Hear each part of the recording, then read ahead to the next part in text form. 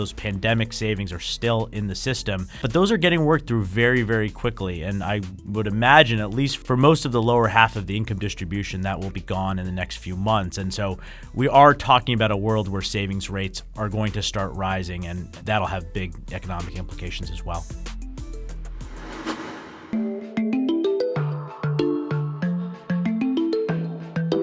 Welcome to Well Said, discussions with investors from across Wellington Management about market and geopolitical cross-currents and the long-term research required to make sense of them. I'm your host, Thomas Mucha. Once again, the world finds itself amid a banking crisis set off by a single entity and then exacerbated by dramatic policy moves and, of course, nervous markets. The collapse of Silicon Valley Bank quickly cascaded to other regional U.S. banks, and then it echoed across the Atlantic with beleaguered Credit Suisse taken over by UBS. We continue to see ongoing volatility in the sector, as well as ongoing moves to help stabilize the system, including First Citizens acquiring much of failed SVB. Now, given the implications, Wellington's banking sector experts, its macro analysts, its fixed income analysts, among many others at the firm, have been in constant communication about this situation from the start. Now, to help us sort out a few of the key medium-term impacts is Brij Khurana, a fixed income portfolio manager based in our Boston office. Brij, welcome to Well Said. Thanks, Thomas. Glad to be here. So, Brij, before we dive into your macro and your market views, I'd like to start here by asking what the past couple of weeks have been like as you've been navigating this situation for clients. Wellington, of course, has a highly collaborative investment culture, and times of crisis are when debate and unique perspectives are needed most. So how has that collaboration held up during this spiraling crisis, and what's jumped out to you in all of this drama and market volatility? Yeah, and I do think that times like this, you really value being at a place like Wellington because of the broad resources. We have analysts in U.S. and Europe on the credit side as well as on the equity side. And so it's really been helpful combined with the macro team to put together and connect more dots very easily. And I do say our finance team has really been ahead of the curve in a lot of ways. You know, they were talking about the deposit flight regional banks were experiencing about a month and a half ago before this all broke. Yeah, so it didn't come as a big surprise. Yeah, exactly. I mean, we were thinking some of the liquidity problems might take place in the third quarter of this year. So it happened a lot quicker than we thought, but at least we had thought through a lot of the implications beforehand. So at least felt somewhat prepared to react in real time. So on the personal level, how do you do this? How do you manage through this extreme stress to keep focused on the long term? And, of course, to make sound decisions for clients. I mean, do you have tricks, go-to books, meditation, exercise? I do change my routines a bit during these more stressful market environments. So I tend to wake up a lot earlier than I normally do. However, does that wake up or not be able to sleep? Exactly. That's part of it, too. But certainly wake up earlier. And notably, I do not check my Bloomberg or my email first thing in the morning. So healthy. I like to, get a cup of coffee and think through the plan for the day before even turning on any of the systems. And I think that's really important because you can just so easily be influenced by what was going on in the news that morning. So when the market's bullish, you feel bullish. And same thing when things are going badly, everything looks like the sky's falling. So I think separating that time is really helpful for me. A lot of people turn off their Bloombergs during the day and just think, for me, I can't do that. I feel like the market's giving you these opportunities if you can think clear-headed. So I like to be in front of the screens for most of the day. But once again, at the end of the day, either exercise or just shut off the computer. I definitely do not look at how things are trading in the Asian markets because, as you say, that'll ruin my sleep. Then I won't get any sleep. All right. Well, let's move on to probably the biggest question on people's minds, which is recession. And, you've been bearish even before the events of the past couple of weeks. So where are you right now in terms of the probability of an economic slowdown here? I would say it's very likely at this point. Even before this tightening in credit conditions that are likely going to materialize as a result of the SVB failure. The shadow Fed's funds rate, which is what we look at, it's basically the effect of the Fed funds rising, but also the impact that quantitative tightening has. That's risen almost 7% since early last year, which is really puts it on par with the hikes we saw in the 70s and the 80s. Yeah, that's a huge number. Yeah, exactly. And so you were already seeing that impact the interest rate sensitive parts of the economy. So for the last 3 quarters, housing has subtracted almost 1% from real GDP. Home affordability has deteriorated to 2006 levels. And then also the other interest rate sensitive part of the economy, the industrial side, you're starting to see that slow with inventory to sales ratio rising. So what has been the bright spot of the economy has been the consumer. And quite frankly, the consumer has stayed very strong with household balance sheets that look very good, low levels of debt to net worth. But I would point out that the labor market really is the most lagging of the variables. And we are actually even starting to see high-frequency job openings data start to turn. So I do think small businesses have held up really well. However, they employ about 50% of the workforce in the U.S., and the cost of credit just has to rise as deposit rates rise for regional banks, which is where they get their funding from. So I do think the jobs outlook and the unemployment rate can rise a lot more than economists think right now, and even the Fed. What about animal spirits? I mean, an attack on the banking system can't do much for consumer confidence. I agree, and I think consumers are already figuring that out. So if you look at the difference between consumer expectations versus their present situation, that gap is pretty much the largest it's been and consistent with other recessions. And I think one thing that's everyone's been excited about the consumer is that excess savings have just been so large. Those pandemic savings are still in the system, but those are getting worked through very, very quickly. And I would imagine, at least for most of the lower half of the income distribution, that will be gone in the next few months. And so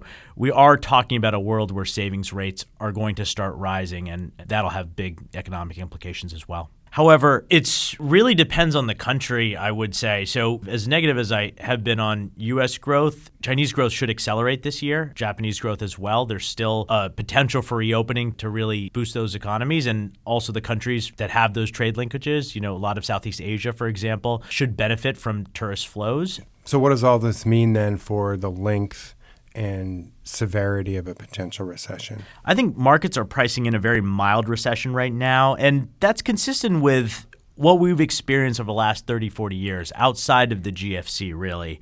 And so that begs the question, why have recessions been short and not too big of downturns? And the reality is, I think that inflation just hasn't been a problem for the economy for the last 30 to 40 years. And so the Fed could ease very aggressively into downturns. Typically, you'd expect the Fed to cut policy rates 400 to 600 basis points. And we have this expression that policy rates take the escalator up and the elevator down. It could be the opposite this time around with inflation this high, where policy rates took the elevator up and now they might take the escalator down. So the Fed might be necessarily behind the curve this time on a slowing environment. And then the second aspect to it is that fiscal is just unlikely to be there with a split Congress. Debt levels are very high, and many, in my view, correctly blame the inflation we experience on the aggressive spending we got by fiscal authorities during the pandemic. So we should expect recessions to look a lot more like the 70s and early 80s, which are longer recessions, much shorter cycles. Well, let's dig into this a little bit. And you've been maintaining that this pullback will be different, that we're facing a profit recession as opposed to the balance sheet recession. What do you mean by that? And what does that suggest for the trajectory of the global economy here? Yeah, the GFC was a very uniquely bad type of recession called a balance sheet recession. And what you can think of it is one large sector of the economy, the household sector, was technically insolvent. And that leads to very bad system-wide deleveraging. The way to solve that problem is to have coordinated monetary and fiscal policy, as the increased spending and the monetization of that debt prevents this debt spiral from cascading. And that's what we got after the GFC largely.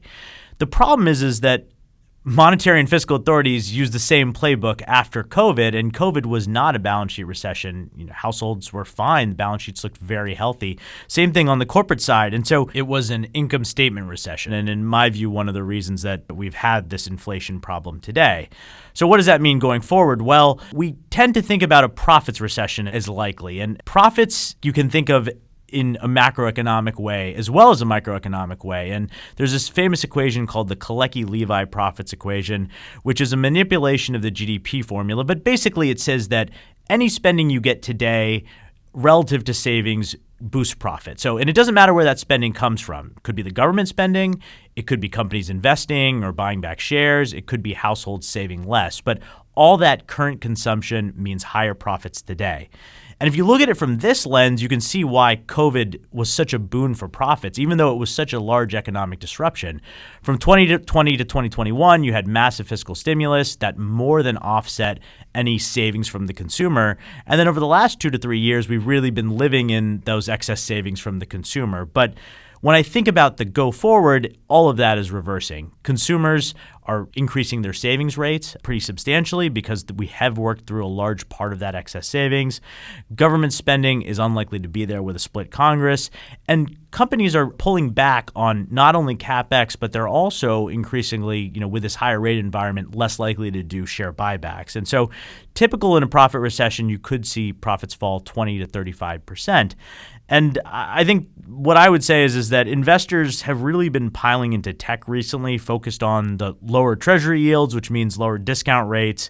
And personally, I think that's the wrong call, as the profit outlook for these companies is going to look very different 6 to 12 months from now. Now, Brij, given those shifts that you just highlighted on the corporate side, on the fiscal side, on the consumer side, what do you make of the Fed's recent decision to raise interest rates by 25 basis points, which of course followed a hike by the ECB, preceded one by the Bank of England? Do you think central banks are trying to signal to investors that, hey, everything's going to be fine, nothing to see here? At least for the Fed, I think history will remember this hike similar to Trichet's ECB hiking in July 2008. First off, I want to say I really do hope the bank run stops. People are very nervous, and it's really bad for the global economy. And I do think we are seeing some tentative signs that at least deposit outflows have slowed. So I hope that continues, and that is a good thing. I don't think we're out of the woods yet. We are entering tax season, and in tax season, money goes away from deposits at the banks and make their way to the Treasury. And so this is a time when we need those deposits in those small banks. So I don't think we're completely out of the woods yet, but that is something I'm watching. Over the medium term, after the debt ceiling hopefully passes, Treasury will have to build back their reserves. And so that's another liquidity drain on the economy. And so I'm hopeful that the bank run stops, but regardless of if and when that happens, the regional banks are still in a position that they really need to raise deposit rates tremendously. The cost of credit is going to go up substantially, and I think that has big implications for the Fed's dual mandate. Small businesses make up almost half the employment in the U.S. It's very hard to see them not cutting back if their cost of funding is going up. And similarly, lending growth is going to fall dramatically. And that really matters historically for the velocity of money, which is, of course, inflation. So I'm a long-term bull thinking that inflation is going to be higher than we saw it after the financial crisis. But I wouldn't be surprised if inflation actually surprises to the downside over the next 12 months. And so I don't think the Fed should have hiked, in my view. I think the Fed should end quantitative tightening immediately. The Fed still seems to be operating in this idea of an excess reserve regime, and that might be true for the system as a whole. There might be plenty of reserves in the system, but the distribution also matters, and it's clear to me at least that the small banks do not have excess reserves at this moment. Clearly, it's not a fun time to be a central banker. Exactly. So let's talk about the investor hard landing playbook here. So, Brij, if you're right, and we do end up in a recession, what are the key market implications? I mean, which asset classes are likely to suffer or may be somewhat insulated? And who are the winners, who are the losers from a market perspective? Yeah, the typical recessionary playbook is you buy U.S. duration, and particularly the back end of the curve. You're an unlevered investor. You stay away from emerging markets. You stay away from inflation-linked bonds. And so I do have a relatively negative view on the U.S., which is hard for me because I'm typically a pretty bullish person. But, right now, that's just not the spot we are in. But I do think besides my view on the U.S., global growth could certainly surprise to the upside. So we still have China reopening ongoing and likely to accelerate throughout the year. Europe also looks promising. Real incomes are improving because the commodity shock is abating. Fiscal spending is supportive, and I am of the belief that the Credit Suisse situation was one-off, and the banking sector overall profitability does look good on a go-forward basis. So with that in mind, I think emerging market local debt is one of the most attractive places to be in fixed income. Emerging market countries really did the right things after COVID, which had very orthodox policy response. So as the dollar depreciated throughout 2020, they accumulated a ton of reserves. They hiked rates substantially, in many cases double-digit levels. Just as an example, Mexican inflation right now is less than Europe's, and their policy rate is almost 8.5% higher. So we think that's also, besides rates having room to materially move lower, the currencies should benefit from the China reopening, and we think that that's one of the most attractive sources of carry in the world right now is emerging market local debt. In terms of government bonds, I do think that you have to be careful where you want to own them. So as I said, the historical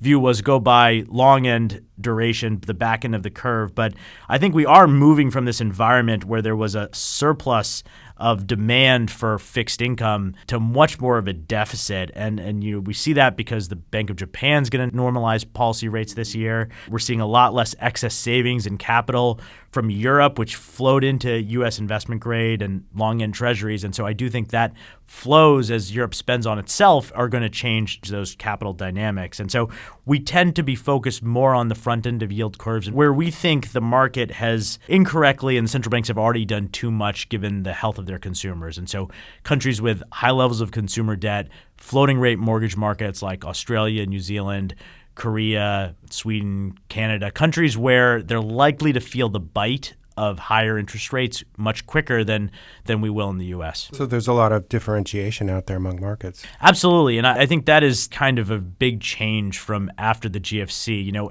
Bond markets really just traded with one factor, which was global QE for many years. And even last year, everything sold off pretty much, and spreads between different countries didn't really matter. But we're seeing so much more different inflation regimes, different correlations. So it's a very exciting time to be a bond investor. More gray hairs, but an exciting time. Now, Brij, I know you'll be shocked that I want to talk about the geopolitical angles involved here. So let's start with Russia. Given all the developments in Ukraine, you mentioned the energy implications for Europe. There's a lot going on here, obviously. Now, no one senses opportunity from crisis like Putin. So do you think he'll sense an opening later this year to exert some pressure on the oil markets? It is one of my chief concerns. The risk is that perhaps I'm right about the U.S. cycle and growth materially slows down. Inflation even comes down, which the Fed would be very excited about. And then, sometime mid this year, the unemployment rate's rising, and then suddenly Russia wants to cut production further. And, the Saudis agree because they want higher prices as well. I think they'd prefer $100 oil to over 70s where it's currently around today. And that would create a very stagflationary world for the U.S. and force the Fed to choose inflation or unemployment. Now, this is the same choice they faced in the 70s. I still think they would likely choose unemployment if they think it is commodity driven. So if it's just because oil prices are higher, I think they will rely more on the unemployment side of their mandate. Now, if that happens, the dollar, in my view, would probably be the biggest loser in that environment. And then for multi-asset investors, my personal view is oil is a pretty good hedge to that scenario, given that the stagflationary world is so poor for most asset classes. Given how much oil's come down, it seems to me a reasonable hedge for portfolios. But I'm certainly not the expert on geopolitics, so curious to hear your thoughts on it. Well, sure, Brij. First, of course, it depends on where these banking issues go from here.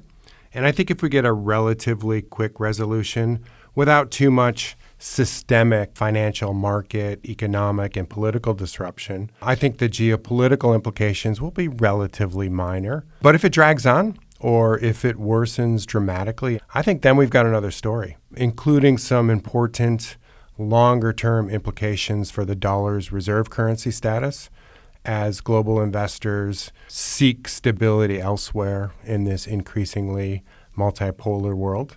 So as this progresses, my lens on this crisis remains great power competition and how Russia, and especially China, will use these lingering banking problems to further their own arguments against the West. I think countries will use every opportunity to make their cases to domestic political constituencies and anyone else that will listen that their political systems are superior. So in that sense, I think it's logical for a crisis like this to be used for political purposes. It's normal. But in a stricter and more fundamental sense, I think financial instability isn't good for any country. It's unpredictable. It's potentially devastating to economic performance. It can set off all kinds of unintended social and political consequences for leaders, regardless of where they sit geopolitically. There's another big potential negative here, and that potential financial and capital market instability in such a critical sector like technology, where SVB was fully centered. Technology is on the front lines of great power competition. That won't be good for emerging national economic strategies or ongoing national security planning around the importance of this industry.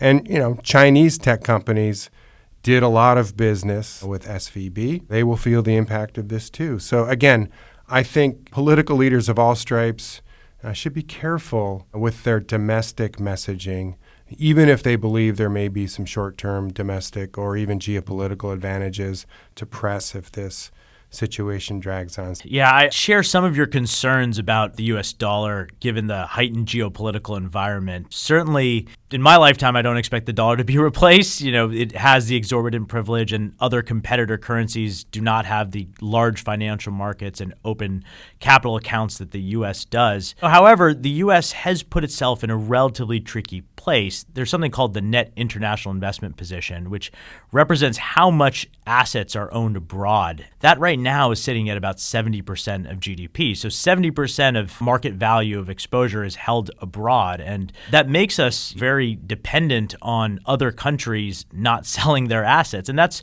what happened in March 2020. People needed U.S. cash and they would sell their assets, and that's how it infected U.S. financial markets. And so we are starting to see China reduce its holdings of treasuries, obviously, and replace some of that with gold as well. So I know there's a lot of talk about Saudi Arabia also potentially denominating oil in other currencies outside of the dollar. So these are certainly fringe risks, but things that could have material economic impacts, and so something that we certainly pay attention to. Yeah, it's certainly something I follow closely from the geopolitical perspective. That exorbitant privilege is a very powerful geopolitical tool that the U.S. has enjoyed almost silently for decades. And so, Brij, thanks for all your ongoing insights as the global banking industry and this one single bank, SVB, reverberates through all of our discussions here. I know your insights are valuable to my research and my own thinking about this backdrop. So thanks for being here. I'm well said. Thanks for having me. Once again, Brij Khurana, fixed income portfolio manager with Wellington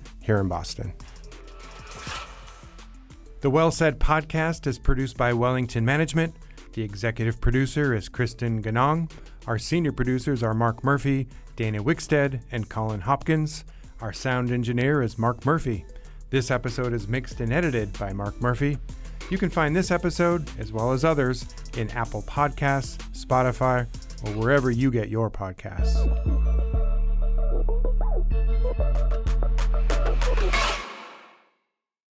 All investing involves risk, including the potential loss of principal. Past results are not a reliable indicator of future results. Forward-looking statements should not be considered as guarantees or prediction of future events. This material was current as of the publication date. Wellington assumes no duty to update the content in the event that the information changes. This commentary is provided for informational purposes only. It is not research that is required to be prepared in accordance with legal requirements designed to promote the independence of investment research, and it is not subject to any prohibition on dealing ahead of the dissemination of investment research. It should not be viewed as current or past recommendation and is not intended to constitute investment advice or an offer to sell or the solicitation of an offer to purchase any securities. It does not take into account the investment objectives, financial situation, or needs of any particular person. Wellington Management does not provide legal, tax, or accounting advice. The views expressed are those of the speaker and may not reflect the views of others at Wellington. This recording may not be reproduced or distributed in whole or in part for any purpose without the express written consent of Wellington Management. Please refer to the disclosure section of this podcast for complete details.